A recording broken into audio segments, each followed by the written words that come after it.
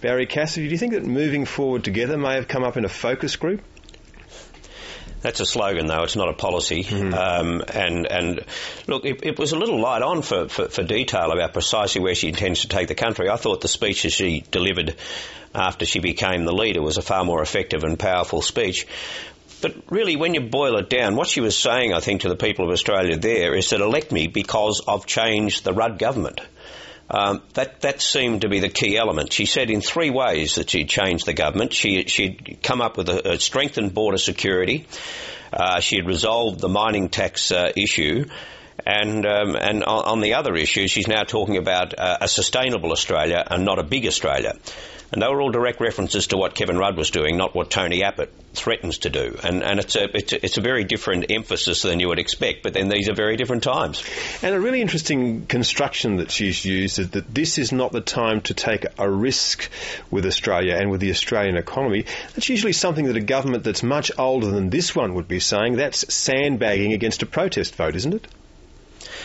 Look, I suppose it is, though. Where she is concerned about the protest voters on the issues that she did address, on this perception that was out there that Kevin Rudd once said that he supported a big Australia. Then he backtracked from that, but clearly their focus group shows that expectation is still there, that this government supports a big Australia. So she addressed that and said, no, I want to talk about a sustainable Australia. And on strengthening border security, it was quite extraordinary. At one point, she was actually running an argument that she has moved closer to Tony Abbott, and proudly running the argument, and said that's a good thing. It's a step forward. So you know where the focus is. It's on the regional and suburban seats in Queensland and New South Wales. They're the sort of seat-rich areas in this country, and clearly they are the big concerns that they want to identify, and essentially that speech was about trying to calm some frayed nerves in those areas. It's clear too, isn't it, that population growth and border security all get mixed in together when you talk about those seats that are a threat to the Labor Party, that congestion, all of those issues which really rankle with people are all thrown into the same boat, aren't they? Yeah, they do, and I think this demonstrates that within parties they have conversations about this that they don't have publicly, where I think the true extent of their fears about these issues getting out of control are felt.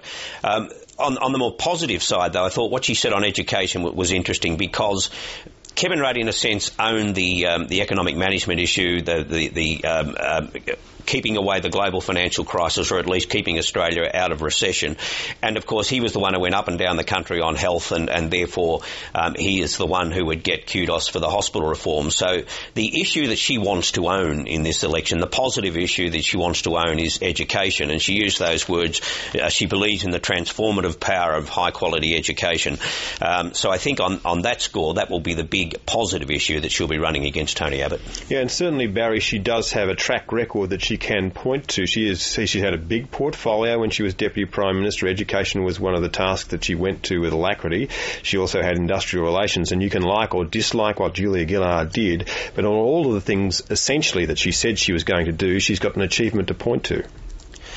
Yes, and when I've made one or two references this morning to the fact that she hasn't got a lot of experience in economic management, that is to ignore the fact that education in itself is a very important driver of the economy, and so it's not an unrelated issue.